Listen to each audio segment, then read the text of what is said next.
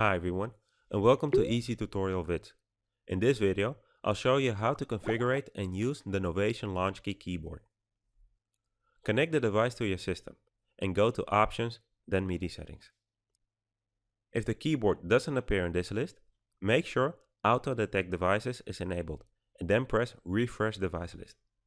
Or select the keyboard in this list. Now enable it.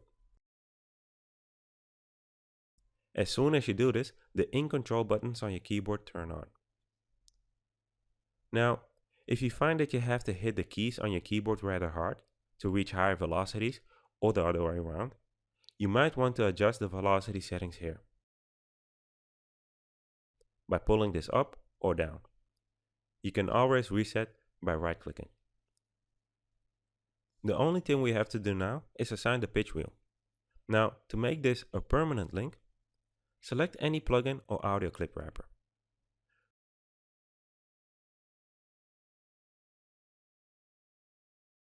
Right-click on a pitch knob. Select Override Generic Link. Here you can adjust the sensitivity of the knob if needed. Now on your keyboard, move the pitch wheel. Now if you would like to unlink it, right-click and select the connection type you just made. Then in this dialog, click Reset and then Accept. This is essentially how you link and unlink every wheel, knob or fader, including the modulation wheel on your keyboard. Let me briefly show this with FL keys and the limiter effect plugin.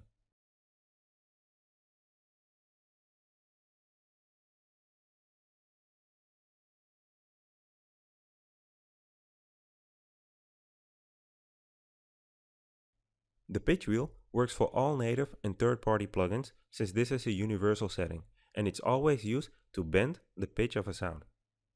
The modulation wheel, on the other hand, can be used for different purposes, and that's why you won't find a universal knob or fader for it here. In a separate video, we'll go more in depth on linking knobs and faders, including the modulation wheel, in which I'll also explain the differences between link to controller and override generic link, how to link multiple parameters in one go, how to link your keyboard to third-party plugins, and finally, how to make a backup of those settings.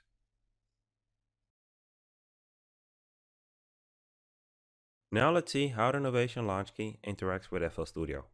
Let's check out the transport buttons first. The play button will pause when pressed again. The stop button will also move the transporter back to the start.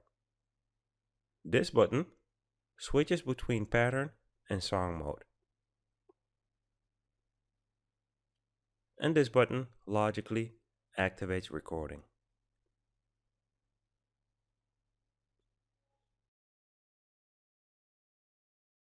Now, when In Control is active, the knobs, the faders, and these pads can only be used for performance mode only. Now, performance mode is like a live DJ mode within FL Studio. The keyboard will focus its In Control enabled button to wherever you move this red square that appears when you move the first two knobs on your keyboard. After that, press play and hit the pads to trigger the event that you focused on. Now go ahead and load one of these performance mode projects to check this out. Before we can use our knobs, faders, and pads otherwise, you'll have to turn off their In Control buttons, because In Control will restrict them for FL Studio's performance mode as explained earlier. With In Control disabled, selecting the mixer track will enable the keyboard to manipulate its functions. Moving the knobs and faders will affect the first 8 tracks.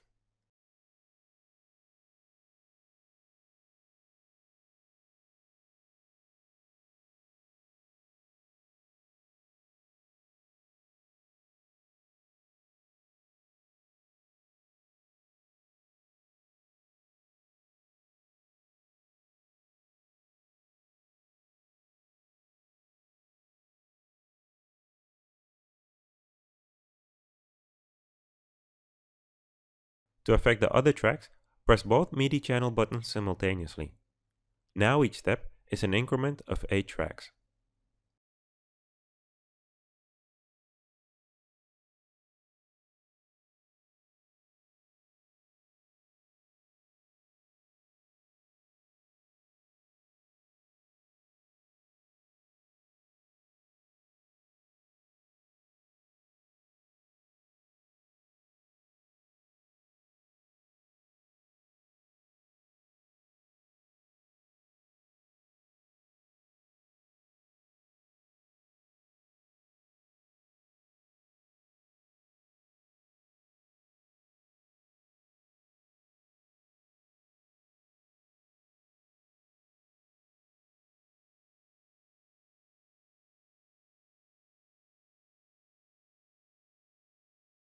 Now, as a precaution, you can use the in control buttons as a locking function to avoid accidental changes when you're done with a mixer.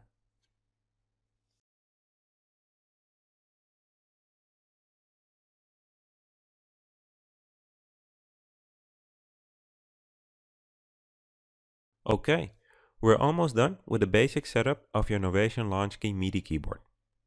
Now, if you find that your keyboard's recording is off, meaning that the recording MIDI notes are not in sync with your performance, but actually shifted to the left or right, I'll show you how to correct this in the next video.